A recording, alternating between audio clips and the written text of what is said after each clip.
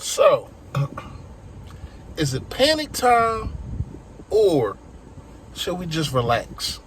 That's what I want to know from y'all. Comment below and let me know. I'm going to tell you how I feel in a second. Yo, that. A-G-L-E-S.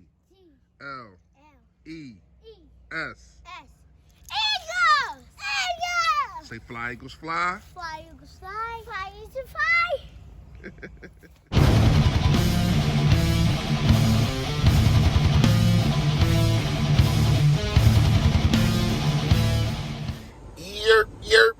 Yo, that man, you know who it is, you know what it is, your boy Fully Fresh, aka the General, also a fourth for the Battle Bird podcast. If you have not done it, please make sure you hit that subscribe button right down there. I appreciate it in advance. And also, it's a bell next to it to let you know when I put up all this flavor. Hey, and smash a like for your boy, man. That's all you got to do. That's all I ask for. If you want, though, you can always go underneath in the description and get the Yo That merch, the Fully Fresh merch. Yes, we got buckets. What you thought we didn't when we did? Yes, we got buckets, man. It was raining today, so I figured I pulled the bucket out today. I don't really like how it look on me, but I know it'll look good on you. You know what I mean? But fresh fact of the day is, man, no matter what the situation is, you should be able to come up out of it if you keep grinding. If you keep doing what you got to do, if you keep positive. And sometimes you might not be able to come out of it. But if you let people see you sweat, or if you let the littlest things hurt you and bother you, you will not prosper as you want to. You know what I mean? You can't let the little things bother you. It's a reason, and I tell my son this all the time. It is a reason that they put blinders on racing horses, on horses that's in a race. It's because they don't want them distracted by everything that's around them. They look straight, they look ahead, they take care of what they got to do, and they try to win the race. Sometimes that's what you have to do. You have to treat yourself like a racing horse and just put blinders on everything, especially if it's negative. Because if you do that, I ain't gonna say 9 times out of 10, there's really no statistics on it. But if you do that, you will come out more victorious than you did if you just soaked and you worried about what everybody else is doing, looking around with everybody else, pointing your fingers at everybody else instead of focus on what you need to be doing to get yourself better. That's just the fresh facts of the day. Y'all know I always I gotta talk to your heart.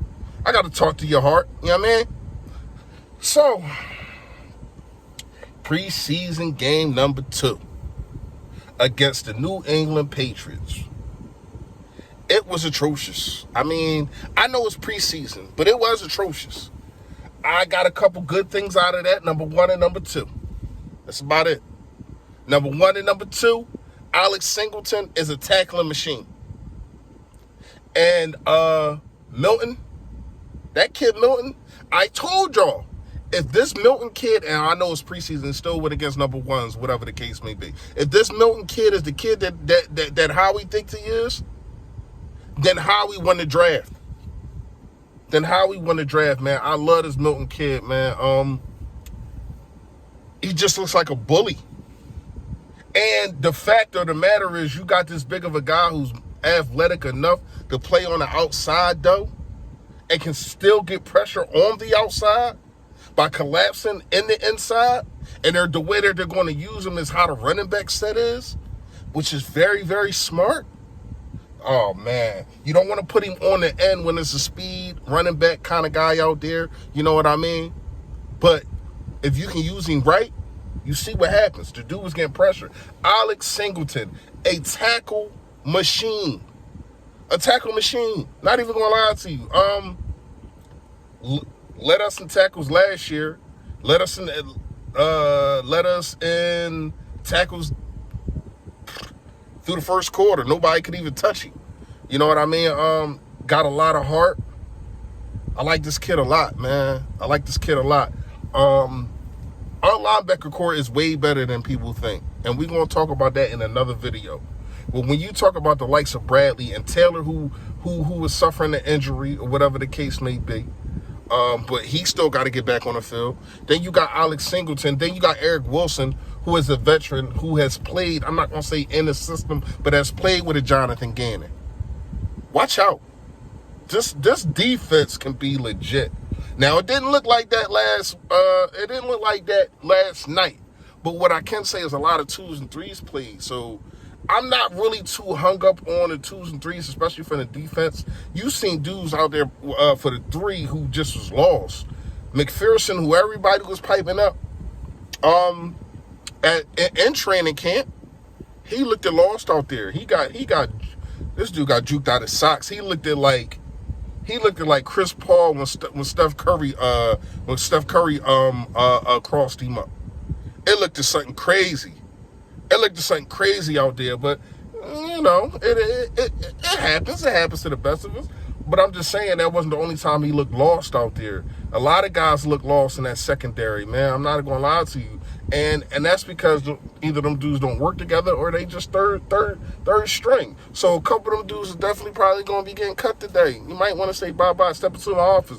Why? Because you're fired.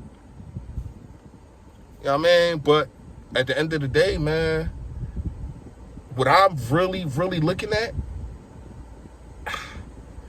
we might need another number 2 quarterback. And I don't want to just overreact. But damn, Flacco and Nick Mullins, Vic 3, that's your dude. Oh, they nasty. They are. Oh my, that was bad. That was bad. And Flacco, first of all, who do you think you are?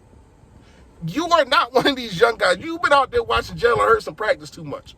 Why do you think when Kelsey snaps the ball, which is all his fault, you should have let that play just be his fault? And I'm gonna tell you how and why. You snap, Kelsey, bad snap, and Kelsey, you got to stop doing this. You give me one of them. You gave me like 5, 6, 7 of them last year. People tend to forget that. I don't. Kelsey, you got to get better with that. All right, let's get back to it. Why in the heck do you think that you could pick up the football and do anything with it? Your stable statue behind is supposed to jump on the football. You jump on it.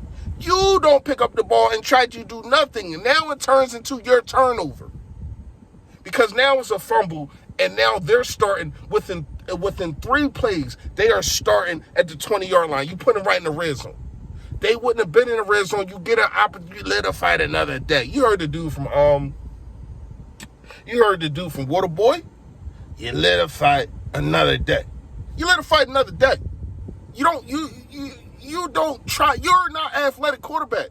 You don't sit there and try to pick up the football and do nothing. You sit there and you lay there and you grab the ball until somebody touches you out and get down. And then we start from there. You was overthrowing. People was dropping some passes though. What's up with these drops? We gotta talk about it. People was dropping some passes, but you was overthrowing, you was underthrowing. I don't know. I guess that one play just you was just frustrated or fluxed or whatever the case may be. And it threw you off your game. That might be it. Because ever since that snap, you did nothing positive for real.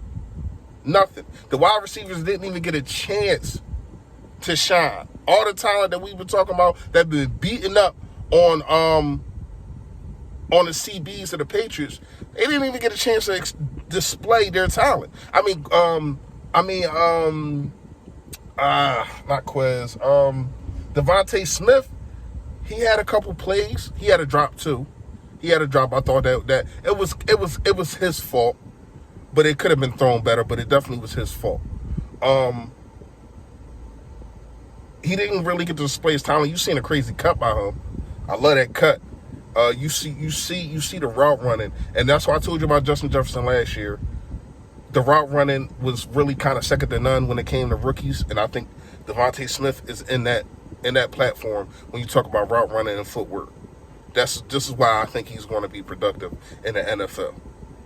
But you seen that on full display, not full display, but some display, because the ball couldn't get to these guys. Now, to wrap things up, not gonna lie to you, I didn't like what I seen. I did like Singleton and I like Milton. Other than that, I seen nothing I liked.